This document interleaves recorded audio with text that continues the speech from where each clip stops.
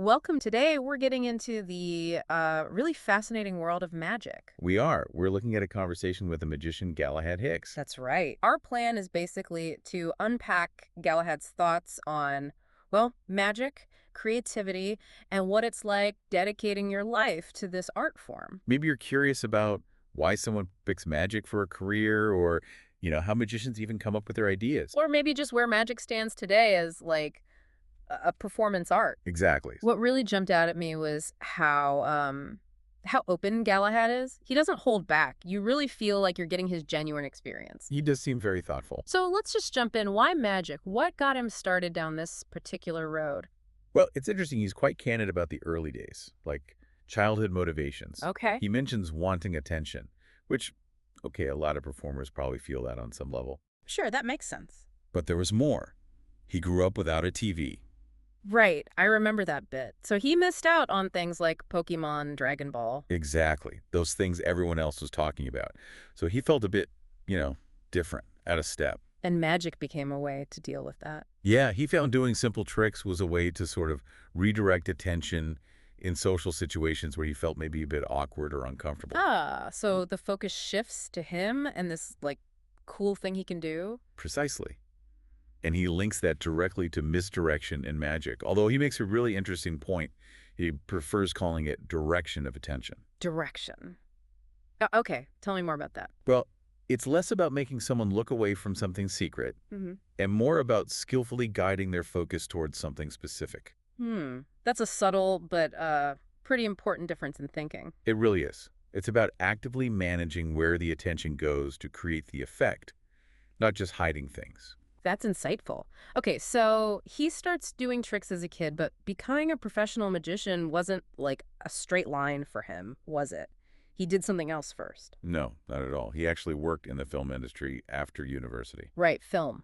And that seems like it was a really key moment for him. Definitely a turning point. He talks about getting pretty disillusioned with it. How so? Long hours, not great pay, feeling like the people actually doing the work weren't really supported. Okay, so that pushed him to rethink things. Big time. He started thinking really hard about how he wanted to spend his time, what felt personally satisfying. And magic was still there, even while his passion for film was fading. Exactly. It had remained this constant interest, this thing he found fulfilling. So the film industry experience kind of clarified things. It seems like it. That's when magic really shifted from being just, you know, a childhood interest or a social tool into a potential profession. He left film, and magic stepped up. Okay, so he makes the leap into professional magic. How does he actually create his shows, his routines? He talks about this idea of the game versus the presentation. Yeah, this is fascinating. He means the trick itself, the mechanics, the puzzle, that's the game or the effect. And then there's the presentation, the story, the atmosphere, how it's framed for the audience. And the two influence each other. It's not always trick first. Right. Sometimes he'll find a cool trick, a clever method, and that sparks an idea for how to present it, what story to tell. Okay. But other times, the idea, the concept, maybe a narrative, comes first. Yeah. And then he has to find or even invent a trick that fits that story. Can you give an example? He mentioned his show, Set Eventi Impossibility. 7 Impossible Events, yeah. Yeah. He talks about an effect called time and space involving a clock that travels. Okay. For that one, the idea of time travel, the story around it, came first. Then he figured out the method, the how-to of the trick to make that story come alive. So the story drove the magic, not the other way around. That really shows it's not just about fooling people. Absolutely. It's about creating an experience. Yeah. And he really hammers home the need for a personal connection in the presentation. Authenticity matters to him. Yeah, he seemed pretty critical of some Magic Club presentations he's seen. Like they're just reciting lines. Exactly. Formulaic stuff, learned by rote, without any real personal experience behind it. Like telling a travel story just from reading a pamphlet. Yeah. It lacks credibility. It lacks that spark, which kind of leads nicely into his influences, right? Because they aren't just other magicians. Not at all. Cinema is huge for him, which isn't surprising given his background. He uses it for atmosphere, narrative, Yeah, building that world, that Yeah. feeling. But he makes a really interesting distinction. which is, Cinema is mostly passive, right? You just sit and watch. He wants his magic to be interactive. He wants the audience involved. okay, interactive. Like how? Well, this was a surprise to me, but video games. Video games. Seriously. Yeah. He talks about how games tell stories interactively, Mm. how you as the player get invested, make choices. I see. Like in those big role-playing games or story-driven games like The Last of Us he mentioned. Exactly, that immersive, engaging feeling where you're part of the narrative, that's what he's aiming for in his magic. That's a cool connection. What else? Stand-up comedy? Stand-up too, yeah. Though he's very clear he's not trying to be a comedian, Right. but he's learned from watching them how they use jokes to release tension. He mentioned Paul Daniels, the British TV magician. Oh, yeah, I remember him. He had that catchphrase, "You'll like this. Not a lot, but you'll like it." That's the Daniels had this style mixing magic with personality and humor. Galahad uses jokes strategically to break the tension sometimes, And he watched comedians locally, too. observing their timing, their structure. He even uses a comedy technique, the callback. He does. Things that appear early in his show, like a spinning top or a specific book, they come back later. It creates this nice sense of cohesion, a satisfying loop for the audience. It sounds like he's building a really layered experience, pulling from all sorts of places. Definitely. Which brings us to his show and how it's changed over time. It started during lockdown, didn't it? February 2020. Yeah, he called it Project X initially. It was a response to that isolation, this need for connection. And it's very different now compared to back then. Hugely different. He said it was extremely raw when he first performed it in summer 2021. Now only 2 effects from that original version are still in the show. Wow, that's a lot of evolution. It really shows his commitment to refining it. He tells this great story about the very first public performance. Oh, yeah. He was so focused on just getting the tricks right, the mechanics, that he completely forgot about the mise-en-scène. The staging, like lights and music. Exactly. He had none of it, just him doing tricks. And he realized immediately how crucial those elements were for the atmosphere, the whole experience. What a classic learning moment. Totally. And it led him to collaborate with a friend from university, Giuseppe Brodnia, who's a musician. Ah, so Brogna does the music for the show now. Yeah, it's cool because they'd worked together on short films back in uni, so it's this long-standing creative connection. That's great.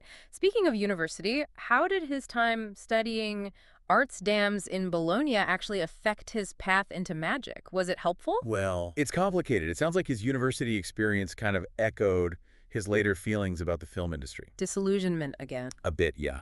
He wasn't keen on some of the bureaucracy, some teaching methods. He mentioned professors reading their own books aloud in class. Yes, things like that. It didn't inspire him academically. In fact, his initial plan was maybe to teach cinema or photography himself because he felt his own teachers weren't always sparking that passion. So ironically, university kind of nudged him away from academia and back towards magic. It seems that way. It clarified what he didn't want, and magic felt more fulfilling. But he didn't just, like, give up on learning. He's still studying magic theory now. Oh, absolutely. He mentions reading Tamrit's Vobel Magic, Gardner's Mathematical Magic.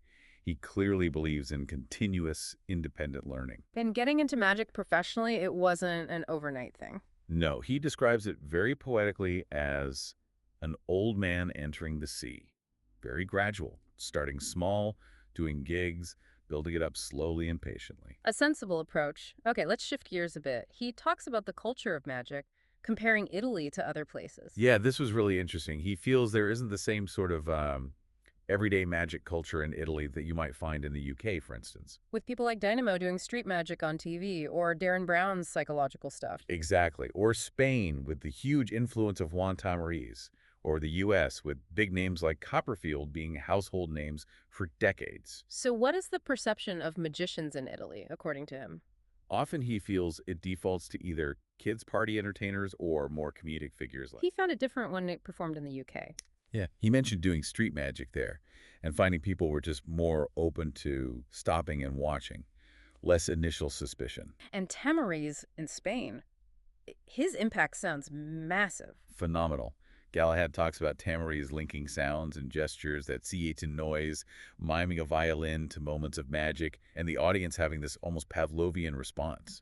It shows how one magician can shape a whole country's perception. That's incredible. Does he mention any well-known Italian magicians? He mentions older ones like Tony B and Sylvan, who Yeah. definitely had recognition, but he feels maybe younger generations aren't as aware of them, perhaps knowing Sylvan more through Raul Cremona's parodies.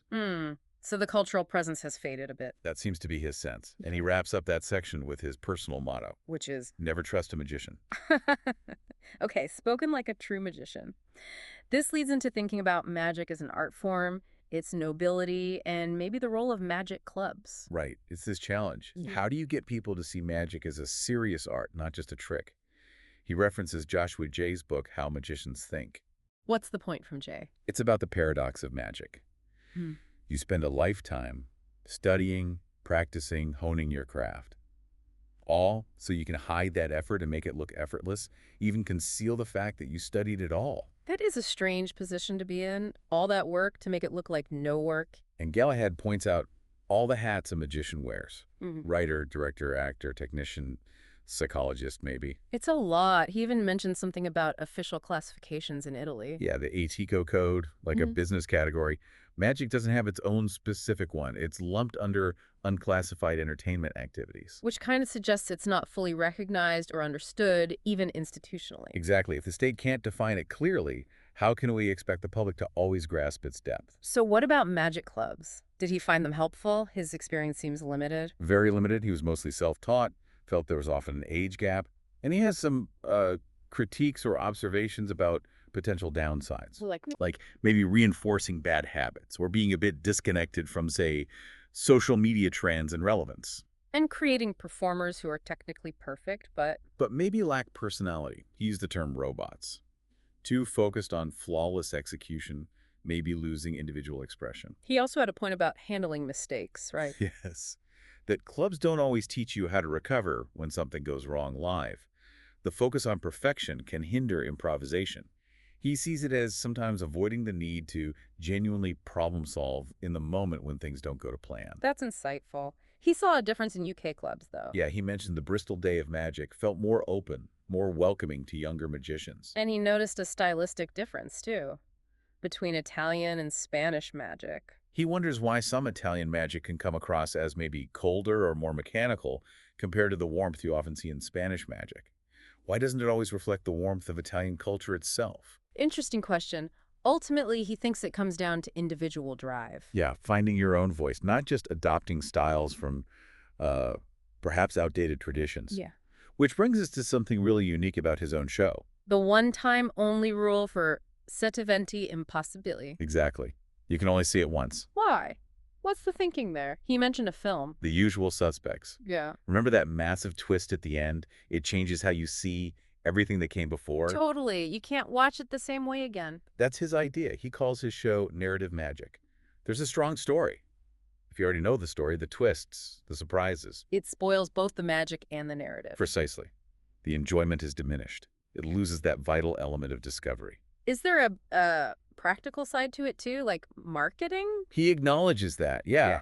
It creates scarcity, intrigue. People might be more motivated to come if they know it's their only chance.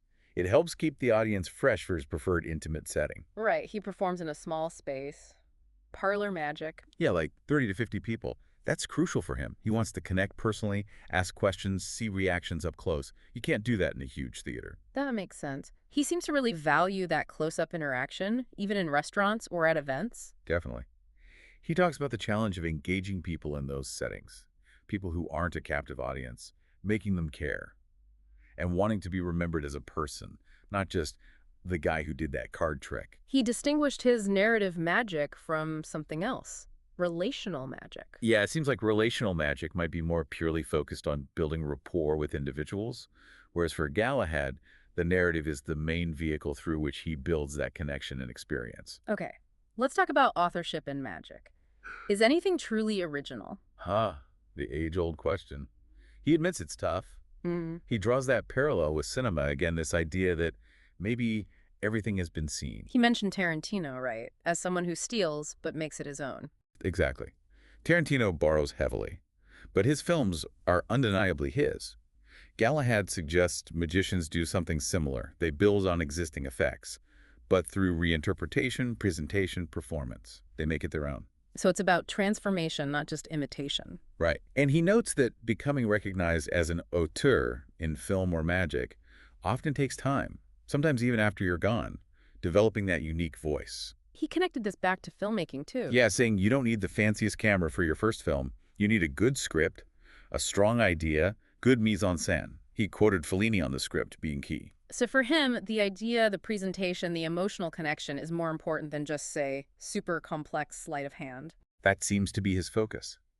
He says he's not trying to be a magician's magician, someone who performs mainly to impress other magicians with technical skill or a competition animal. He prefers collaboration. Yeah, sharing ideas, that seems more fulfilling for him than the solitary focus of competition. Okay, who are the artists who've actually influenced him? Any specific names? Well, outside magic, he named Christopher Nolan for the way Nolan structures stories cinematically. Makes sense given his narrative focus. What about magicians? He seemed hesitant to name just a few. He did, yeah. Said his interests are really broad, always changing. He studies lots of things at once.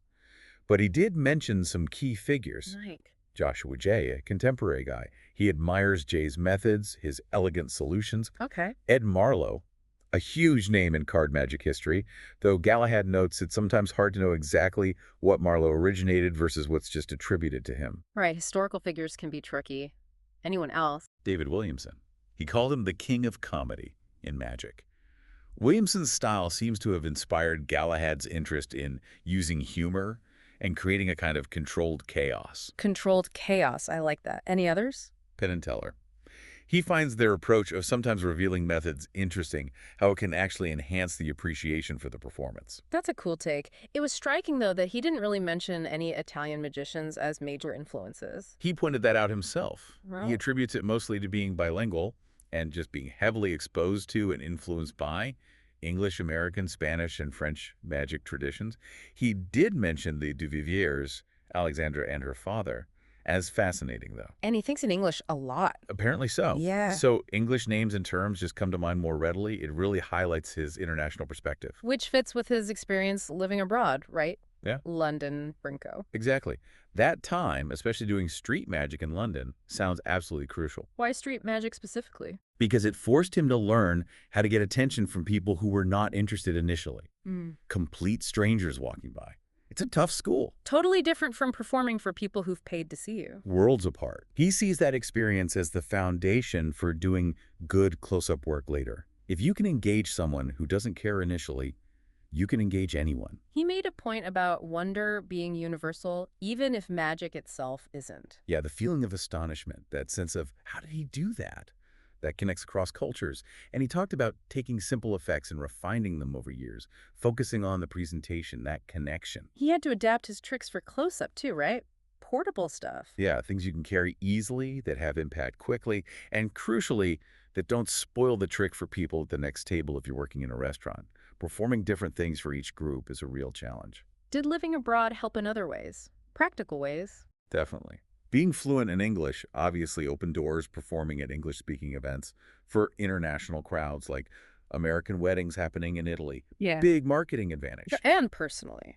Did it change him? He sees it as huge for personal growth, like learning to cook when you move out of home. Being outside your comfort zone forces you to adapt, solve problems. Makes sense. And just seeing different styles of magic, the Chicago scene, the Spanish warmth, it broadens your perspective. He feels like a citizen of the magic world. And living in Bologna helps too, being a multicultural city. Yeah, exposure to different viewpoints. But he credits England particularly with helping him figure out what kind of magician he didn't want to be. Like ruling things out. Exactly. Not a big stage illusionist, not primarily a children's entertainer, not purely a mentalist. It helped him solidify his identity as a close-up narrative magician. Okay, one last thing. The interview mentioned Tamarit's verbal magic, and Galahad actually demonstrated something. He did. It was sparked by talking about the book. The whole idea of verbal magic is tricks done just through instructions. The book itself is based on radio broadcast Tamara is Dead. So no visuals needed, just words. Pretty much. He gave instructions, deal them out alternately, make a cut, turn over the top card of each pile, a series of simple actions. How did it feel? A bit strange, but that's the point Tamariz makes in the book. He suggests you should try the effect on yourself first, following the instructions, before you learn the secret. Experience the wonder. And did it work? It did. Wow. That really shows the power of structure and language. Absolutely. It's a fascinating corner of magic relying purely on participation and spoken word to create astonishment. So wrapping this all up, Galahad Hicks comes across as a really thoughtful magician. His path wasn't straightforward, shaped by film, childhood experiences, living abroad. Definitely.